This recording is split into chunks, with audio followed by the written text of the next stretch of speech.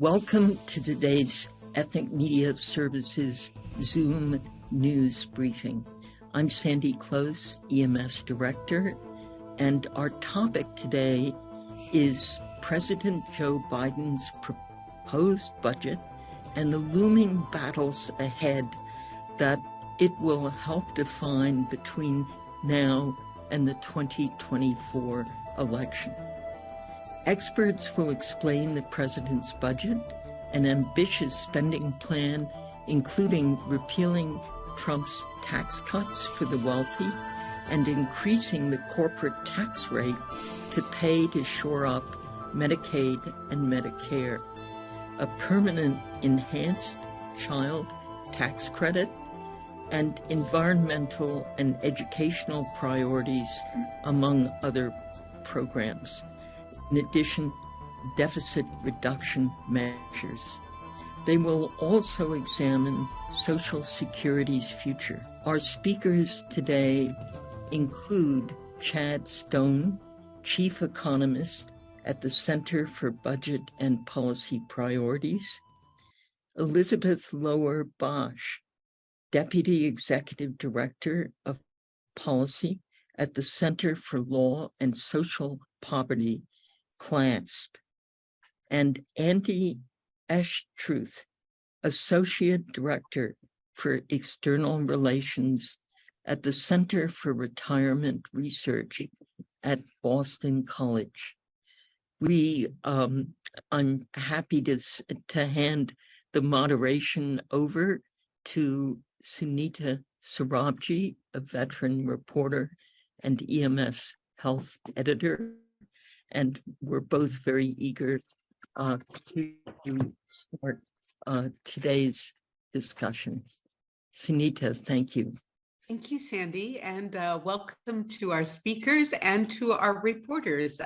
We start our briefing with Chad Stone, who will present an overview of Biden's proposed budget and possibly delve into what the Republicans might propose for theirs. Welcome, Mr. Stone. Oh, thank you. Thanks so much. I'm always happy to be invited back to one of these ethnic media briefings. They're fun. In talking about the president's budget, I think it's important to start with the reminder that the separation of powers in the Constitution gives Congress the power of the purse with respect to taxes and spending. The president's budget is a guide to the president's vision and desires and power of persuasion, but Congress has no obligation to accept the president's proposals. That said, President Biden has presented a visionary budget proposal which recognizes that meeting the needs of the United States in the 21st century requires more revenues and bolder program initiatives than we currently have. The Democratic-controlled Senate likely will pass a budget, if they actually get to doing a budget, that reflects that vision. But it won't be a rubber stamp of the Biden, as we learned in the earlier proposals, where lots of good legislation got done, but it wasn't like the president said, this is what I want, and Congress said, here you are. So, frankly, it's impossible to know what will happen in the Republican-controlled House, where spending and taxing measures ultimately originate under the Constitution, because so far, GOP rhetoric doesn't even honor the rules of arithmetic. And reckless and dangerous brinkmanship over substantively meaningless debt limits, something that has no real economic significance, is still an issue that could blow up everything. We hope not. Elizabeth will talk about safety net programs, I understand, and Andrew will address Social Security specifically, I believe.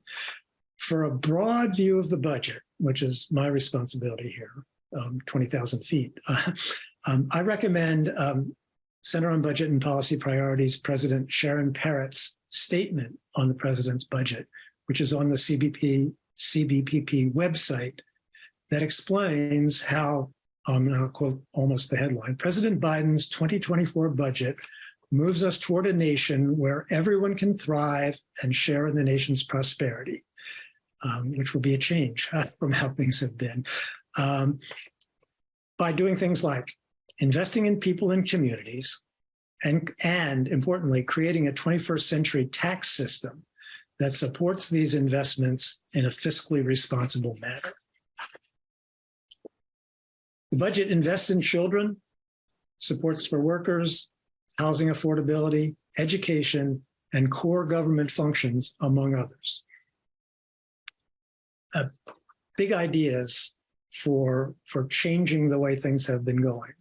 And it finances these investments by raising taxes on high-income people and profitable corporations that have benefited the most from the nation's economy to date.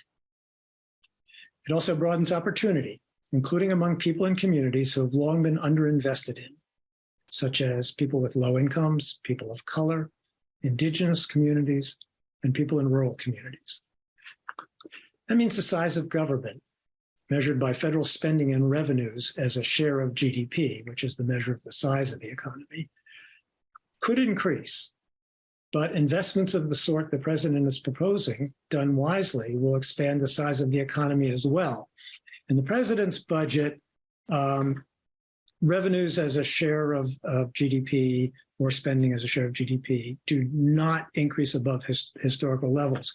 But you can have a bigger government that is fiscally responsible if you raise the revenues to pay for it.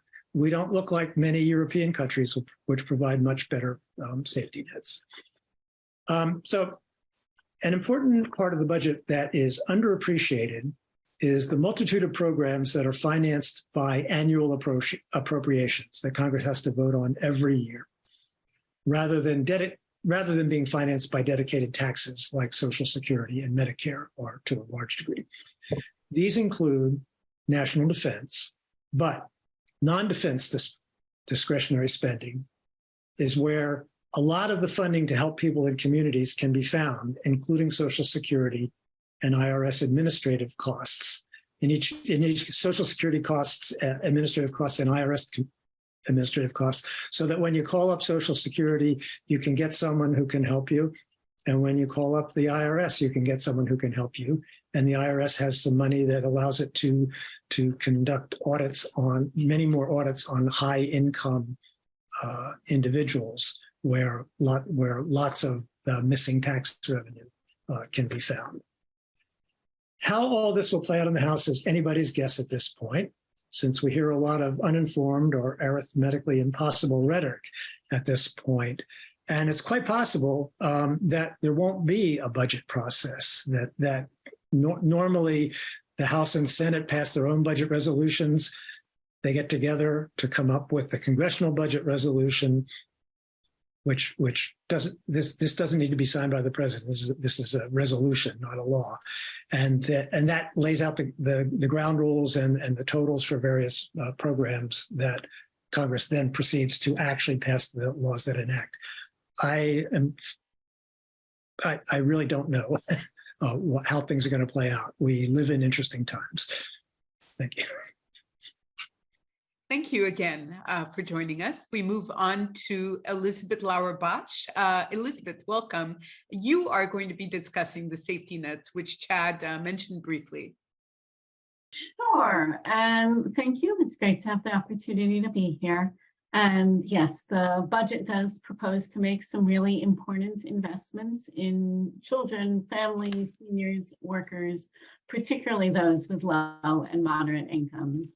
And as one of the previous questioners raised, it's a particularly important moment because a lot of the pandemic era programs are winding down. We know that costs for food, childcare, healthcare are continuing to rise. So families are feeling the pinch.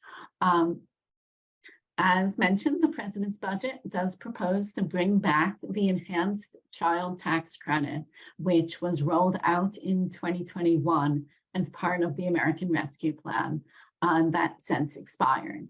For 6 months, July to December 2021, parents who filed a tax return or a simplified form got monthly checks, $300, not checks, most people got it by direct deposits, but got monthly payments of $300 for each child younger than 6, $250 a month for children ages 6 to 17. And then they got the other 6 months worth of benefits when they filed their taxes. This was fully refundable, so even if you had little or no earnings, you got the full amount of the credit. And this was transformative. It reduced child poverty nearly in half, and it particularly reached Black and Latina children who had been left out from the child tax credit benefits historically. As Chad mentioned, this was allowed to expire. The president is still putting forward a proposal to have it going forward, and particularly to make the refundable part of it permanent. Another big proposal in Medicaid, which provides health insurance coverage, access to health care for tens of millions of low-income individuals and families. There are some people who are still left out. The president aims to close the coverage gap in the states that still haven't expanded it. So that reaches people without children, as well as parents sort of who are low income, but not quite low enough to qualify. It's called the coverage gap. It would also require all states to expand Medicaid for postpartum women, people who just had babies, for 12 months.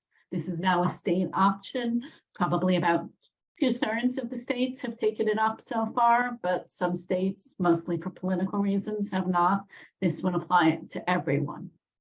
The budget also calls to invest an additional $150 billion over 10 years for seniors and people with disabilities so that they can get care at home or in community settings rather than having to be cared for in a nursing home.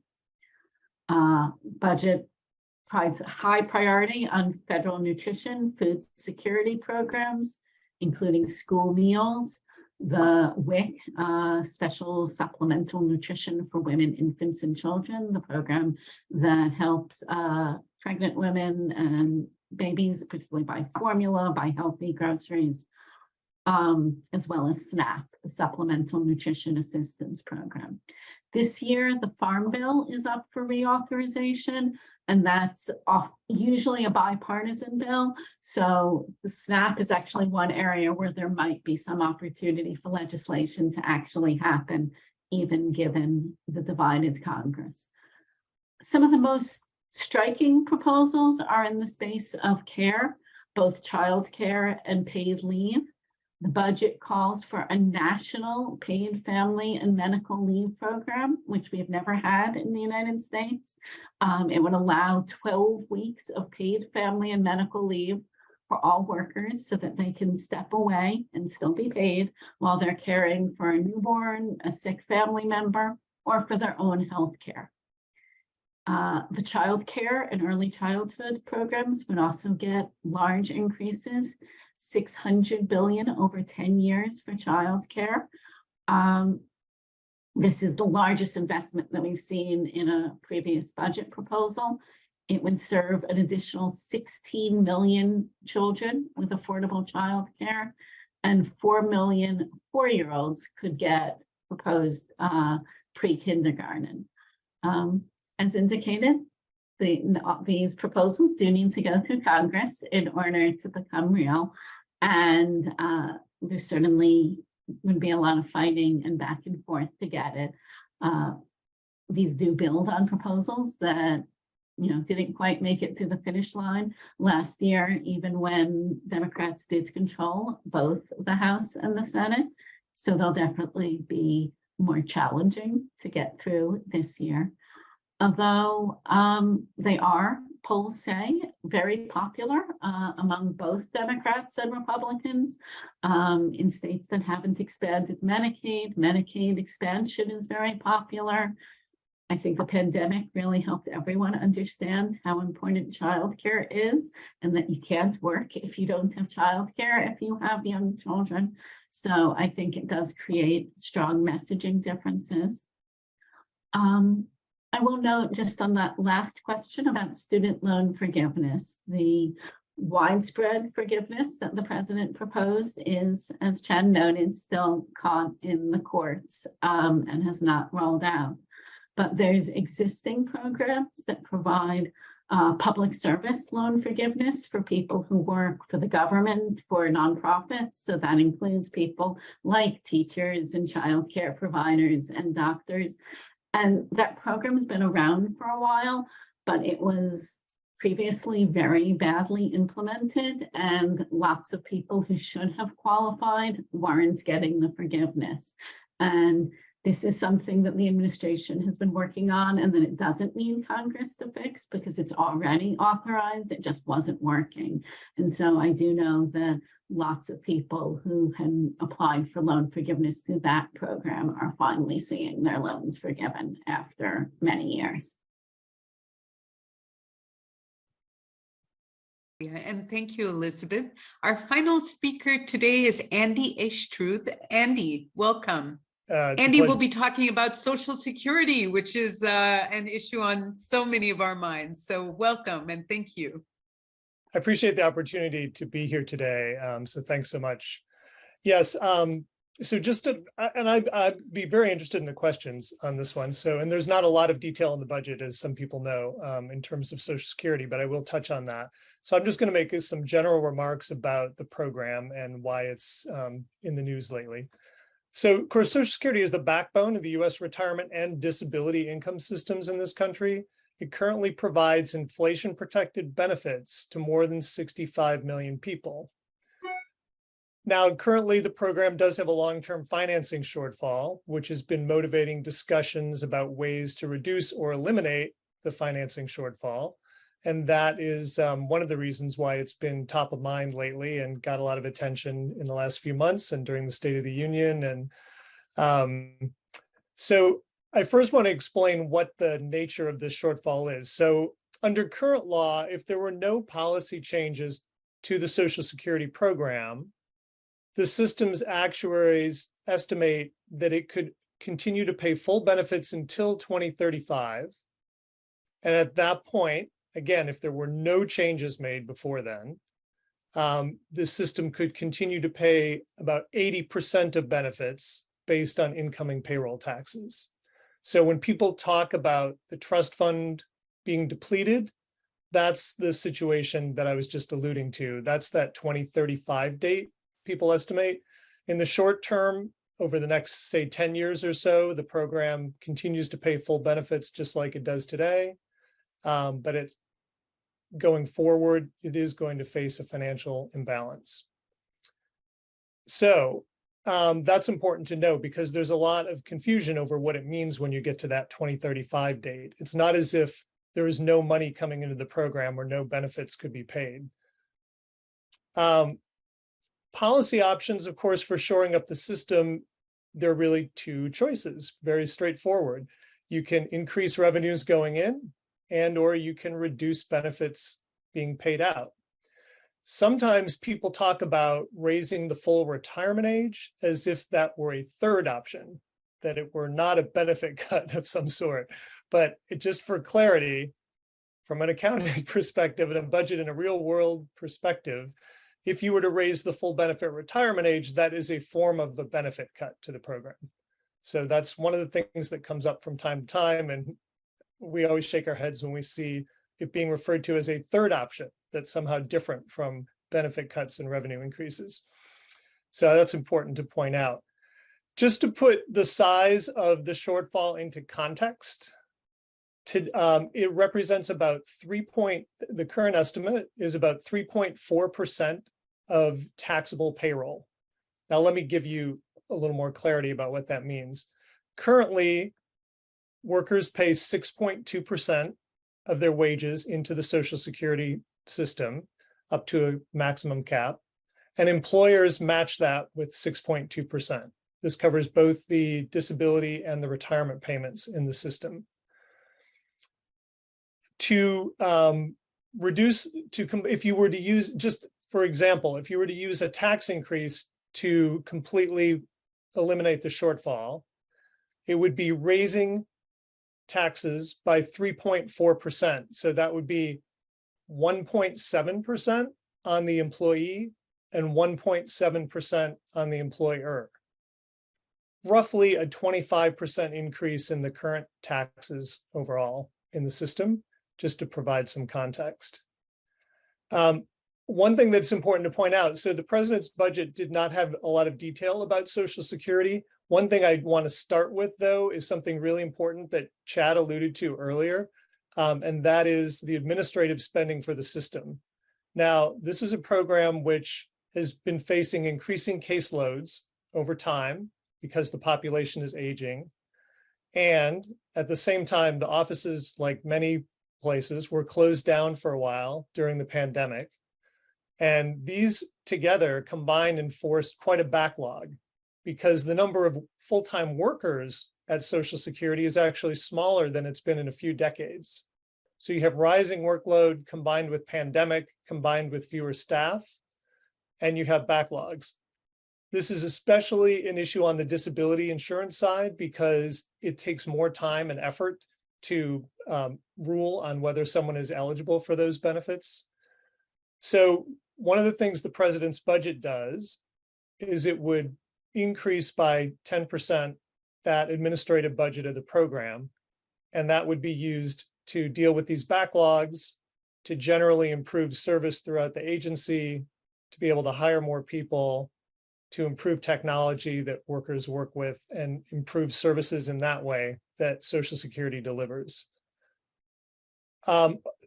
With respect to the overall finances of the program, the president's budget did not go into any detail other than to say that it was absolutely not going to propose any benefit reductions and would fight any benefit reductions that were proposed by the Congress if that were the case, and that it would work with the Congress to strengthen Social Security by ensuring high-income workers pay more. That was essentially the full extent of the statement on the Social Security program in terms of any changes to the benefit structure or the tax structure. I think one other thing I just want to point out before taking questions is that it is important to think about any changes to Social Security in the context of the whole retirement system. So, for example, many people don't have access to an employer-sponsored savings plan in the workplace. That's a 401k, certainly not traditional pensions, which have largely gone away outside of the public sector. And so when you think about adjustments to the program, you have to bear in mind what other resources people have for retirement. That's just something that's important to consider in any discussion of this type. Okay, so I wanted to ask each of our speakers, what is your most important takeaway from the budget and from this conversation? What would you like our reporters, what do you see as our leads, our headlines from this conversation? Andy, I'll start with you. Survey after survey after survey confirms that people love this, they like Social Security. If anything, they want to enhance benefits, which is sort of interesting. But obviously you have a financial imbalance and you have to figure out a way to either pay for what you're offering people. So I think that I'm just trying to push back against the misperception that I think some people have that the program is somehow headed into some serious problem or won't be around. You do find people who say, I don't think the benefits will be there for me because they're concerned. Thank you. Elizabeth, what would you like our takeaway to be? The main takeaway is that I think we do need to look at the impact of these programs on people's lives and what the benefits of the programs and how they improve our society and grow our economy and sort of the virtuous cycle from these investments, whether it's on child tax credit with kids with families or paid leave, childcare. These are investments in the future, and that setting, arbitrary deficit reduction targets. And, there's a study that the report that the Congressional Budget Office just released that I think is super important, that it's just not possible to balance cut deficits in half in a tight period while also keeping Social Security and Medicare safe, while also continuing the tax cuts from the Trump era. That the reason we have taxes is to provide the revenue that we need to support the programs that we need. Absolutely. Chad, are you still with us? I'm still with you. There you are. Because I can't answer this question because no, I'm still glad to be here. But the budget system, the political system, and the budget system are so broken right now that it's really hard to make any reasonable predictions about where we're going. I mean, that with the government is not. I mean, the government will continue to function. But decisions that are guided by policy concerns that are based in reality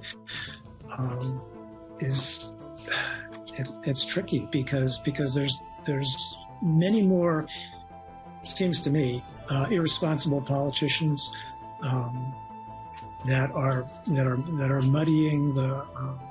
It's hard enough for ordinary Americans to live their lives and understand anything about the budget process. And when they're getting misinformation, it's even harder.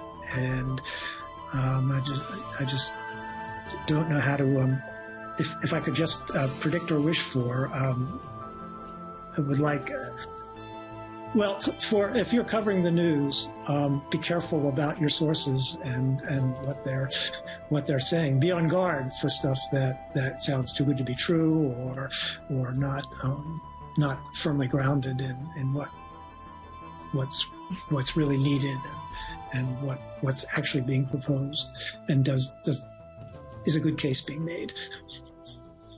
Thank you all for joining us, speakers and reporters. And Andy and Elizabeth, we hope you'll join us. And Chad, of course, we know you're going to join us. But Andy and Elizabeth, we hope you'll join us again for a future briefing. And thank you again.